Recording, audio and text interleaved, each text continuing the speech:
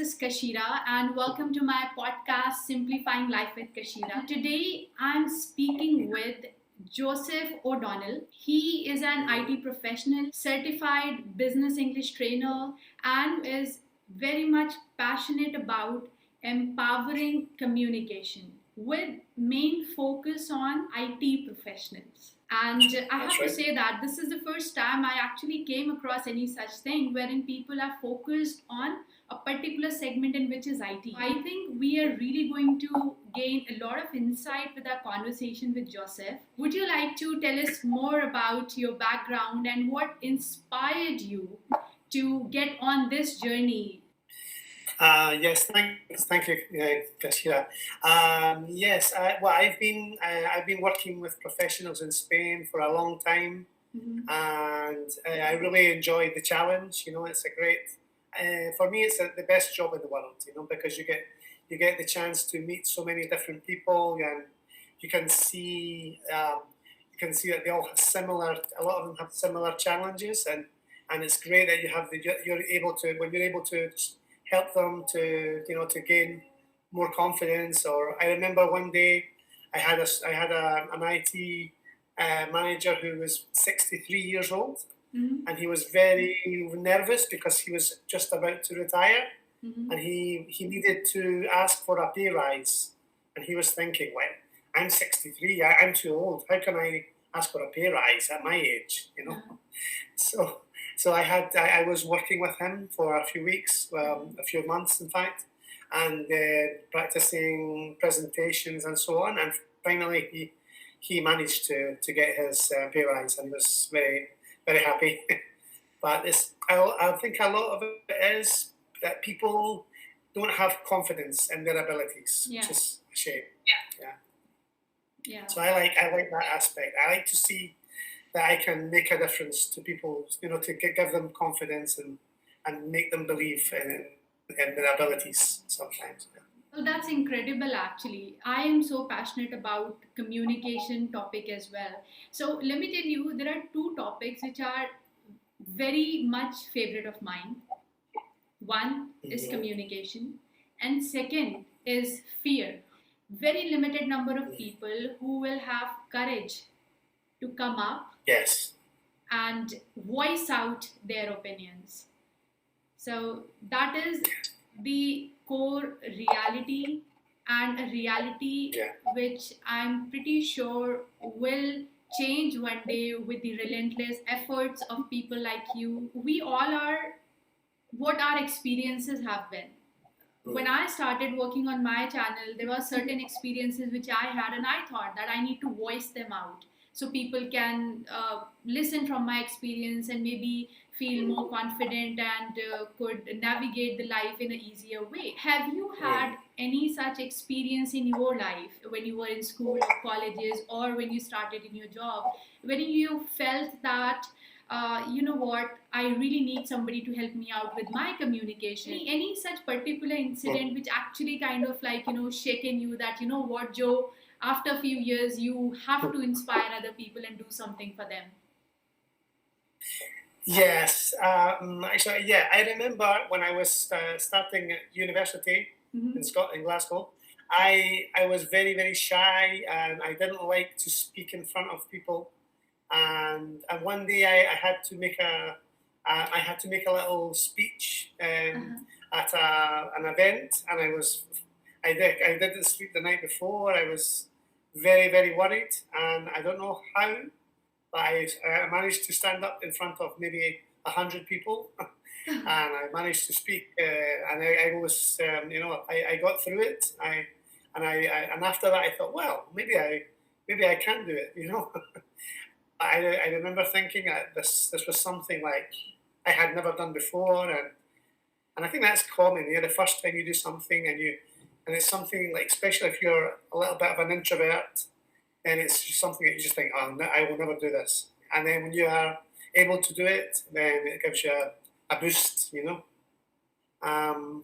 then after that I became a teacher. So so I'm obviously over the issue, And now, I remember also organising pub quizzes for the students, you know, that no other person in my school had done, and I thought, well, we need to try these things, you know, and maybe it won't work, but let's give it a try, yeah, and in the end, yeah, the students were very happy about them. We had like 40, 50, 60 people at the event at the quizzes, you know, and that's that was a really good it's a good how can I say it? It's a boost. It gives you a boost when you see that you can do these things. Yeah. So I think that's been good because I'm trying to help people for good with public speaking and speaking in meetings and presentations, and I know that it's a very stressful moment because I've been through something similar, so I know what they are going through. So I think that makes a difference. And I am in that motion of talking. I'll feel more confident in just speaking up and sharing my ideas. And but if I'm like silent for a very long time, I'll be like, oh my god, whether I should or not. What if I say something wrong? And all the what ifs will cloud your mind, and you'll not be able to proceed further. Has it ever happened with you? Yeah, well, I was speaking to someone yesterday, and they were telling me that when they go to meetings, they always sit back and they let their boss do the talking.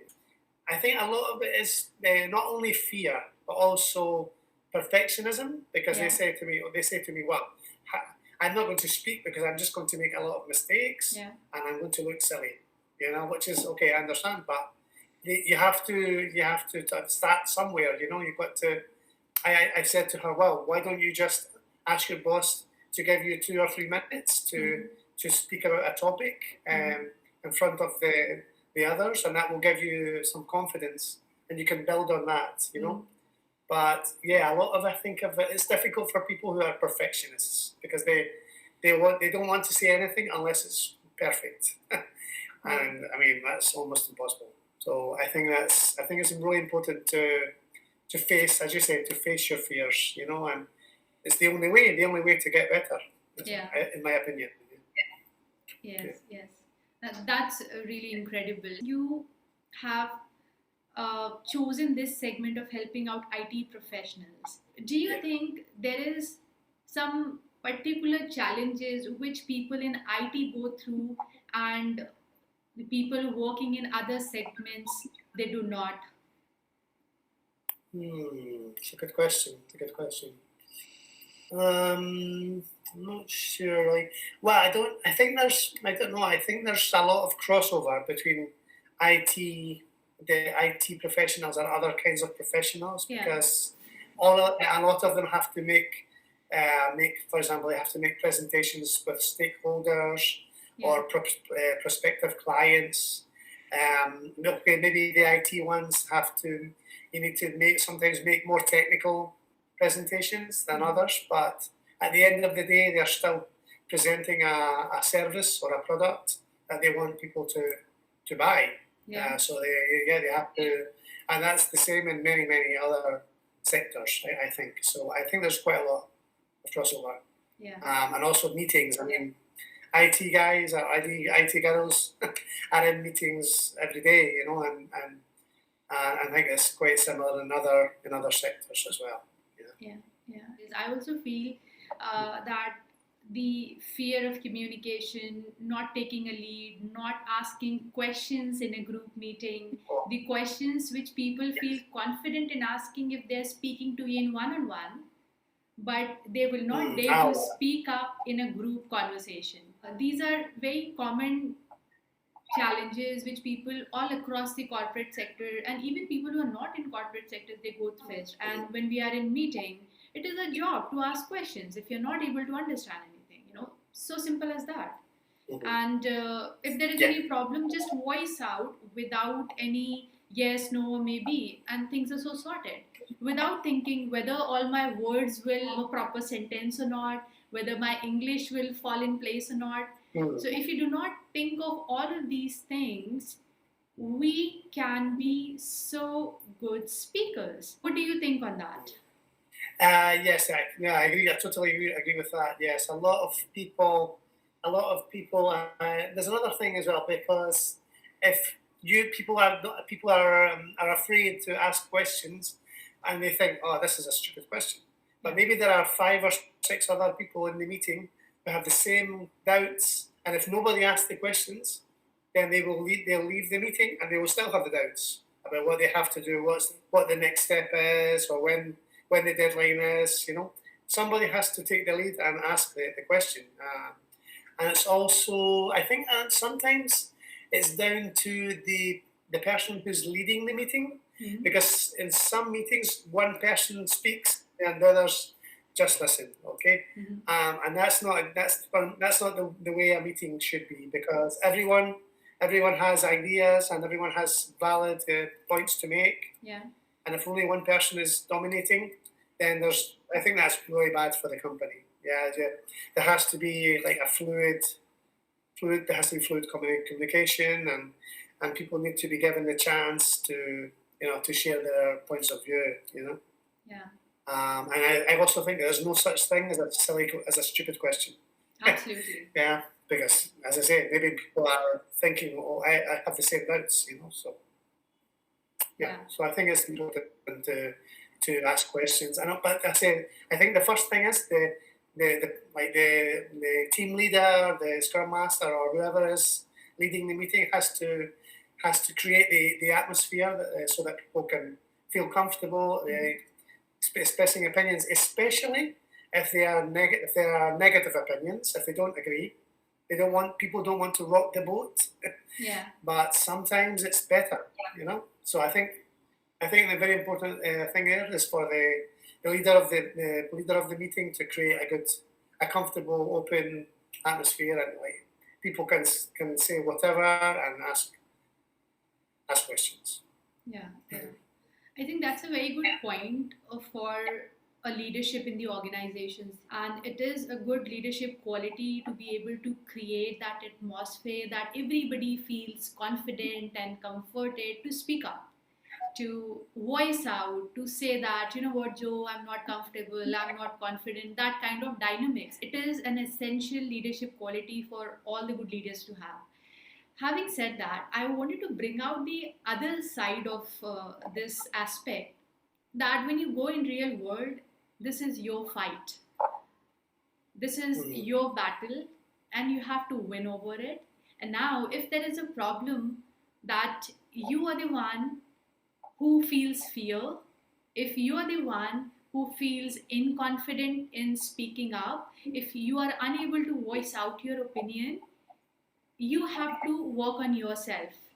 Sometimes I've seen that people say, oh, my leader was not good, my team leader is not good, my manager is this and that. I mean, all the things are good, everything can be taken into account, but it is an individual's responsibility to make sure they are heard. It is their responsibility to make sure they are seen. Yes. I think it's difficult though. I think it's difficult because it depends. I think it depends on the kind of person you are as well. You've got to be very.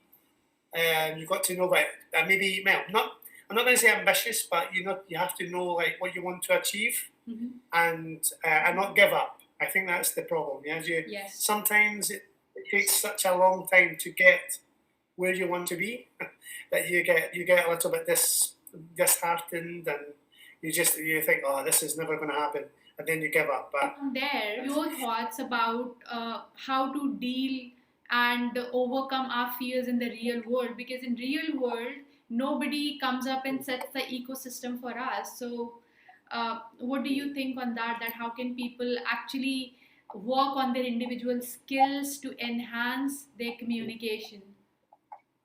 all right, yes. Yes, I think it's a case of lifelong learning. Yeah. We never get to the point where we know everything, and we maybe the people who get to that point are the ones who are kind of left behind, because they've stopped learning something new. So I mean, I've done a lot of diplomas and courses, but I still learn something new every week when attending seminars or reading.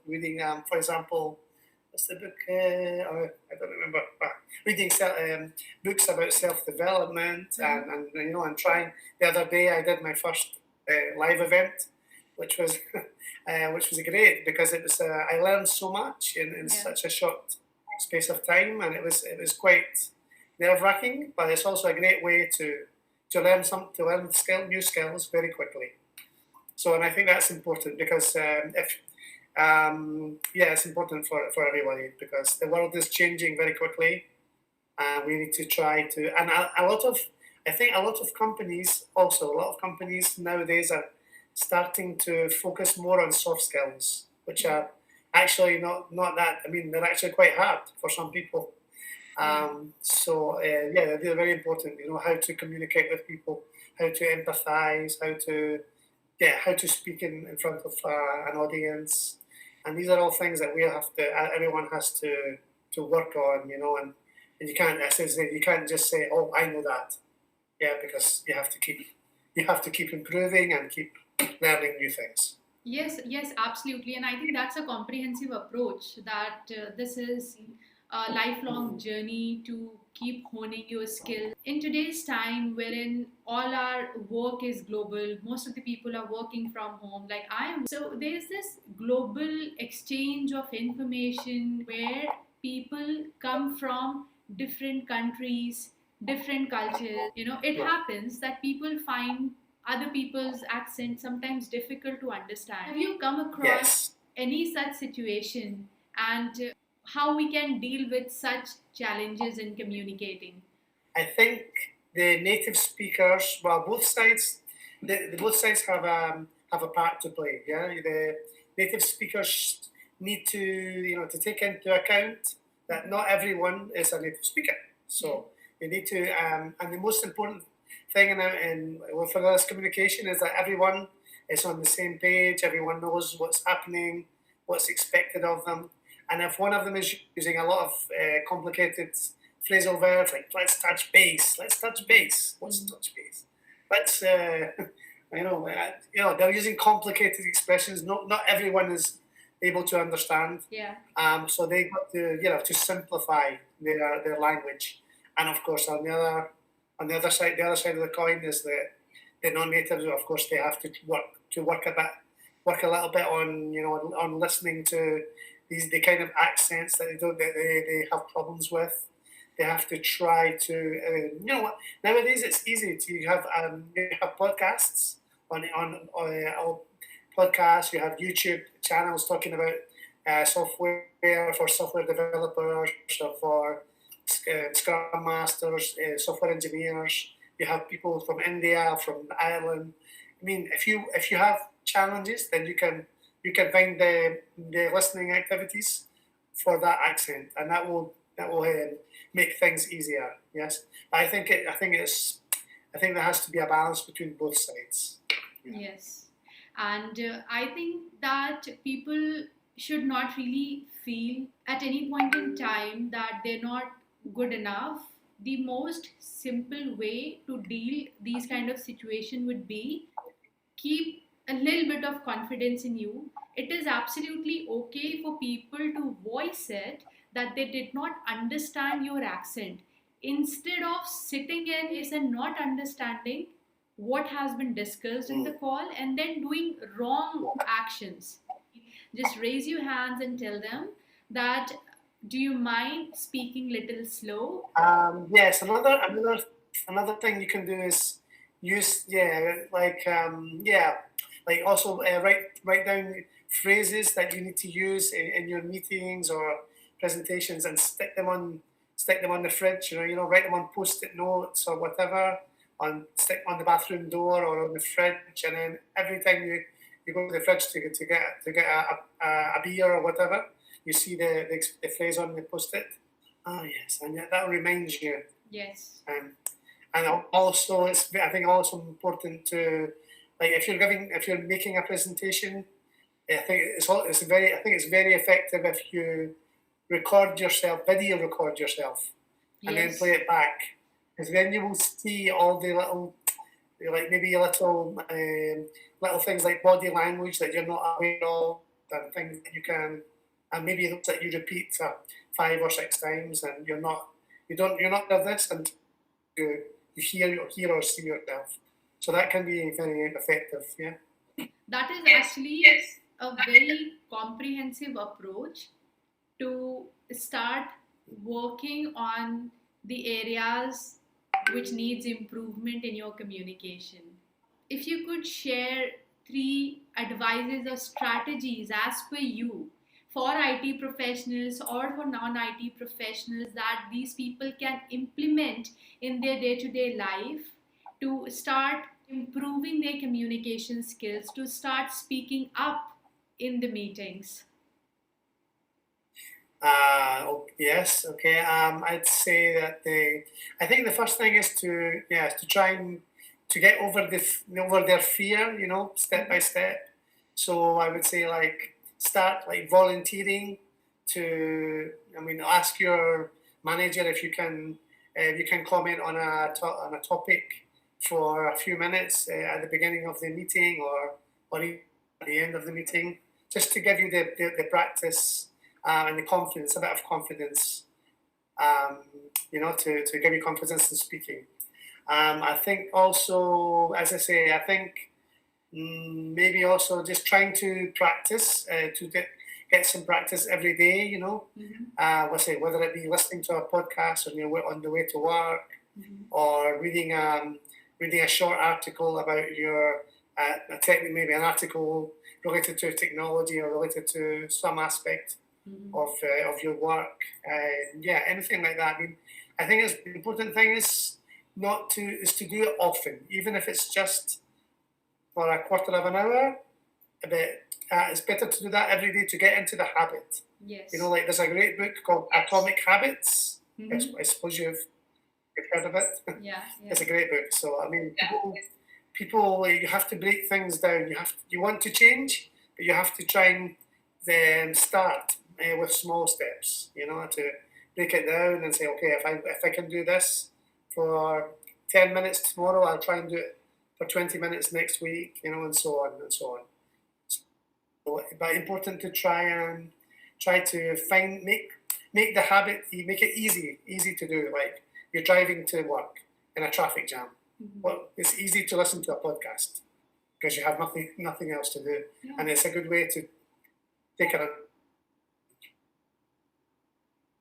that can help you understand different accents, as you mentioned earlier, and learn new expressions that you can use in your presentations. Yes, well, I think these are few of the most wonderful advices we have from Joe.